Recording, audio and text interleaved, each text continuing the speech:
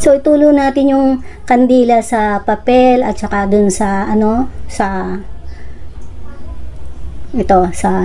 para later yun ang mag-initiate ng pagkasunog.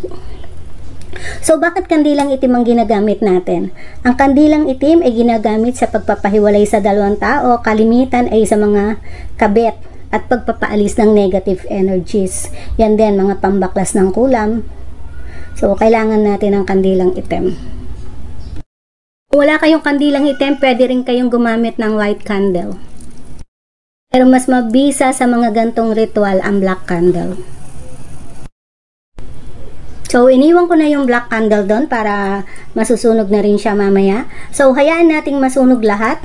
Pag nasunog lahat, yung labi ay ibaon sa lupa or balutin sa itim na plastic at itapon. Hanggang dyan at sana'y makatulong sa inyo ang ritual na to, lalo na doon sa mga kinukulam. Maraming salamat!